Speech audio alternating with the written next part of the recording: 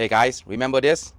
The other day that I post and you guys want me to make it? Well, today I went to grocery and they have this cow organs. You guys request, I went and grabbed all these things. So the beetles leaf, galenka, I request. So I'm going to show you guys how to make, but I cannot do it today because it's still frozen. So I got to wait until it thaw. Hopefully I can do it tomorrow, okay? So stay tuned, follow me, and then we'll do this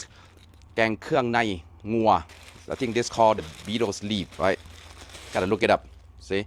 Galenka. So all this thing here is cost roughly close to $100 because galenka is expensive. It was $10 a pound. มันก็เลิศอันนี้เครื่องในพี่น้องไปเอาเครื่องในมาจากห้านลาวของเอานี่แหละแล้วมันยังอยู่ฟรีเซอร์นะเป็นน้ำแข็งอยู่ต้องให้มันเปื่อยก่อนแล้วก็จึงจะคั่วกินได้ก็จะคั่วเครื่องในให้ท่านเด้อแฟนครับห้องขอมื้อนี้ไป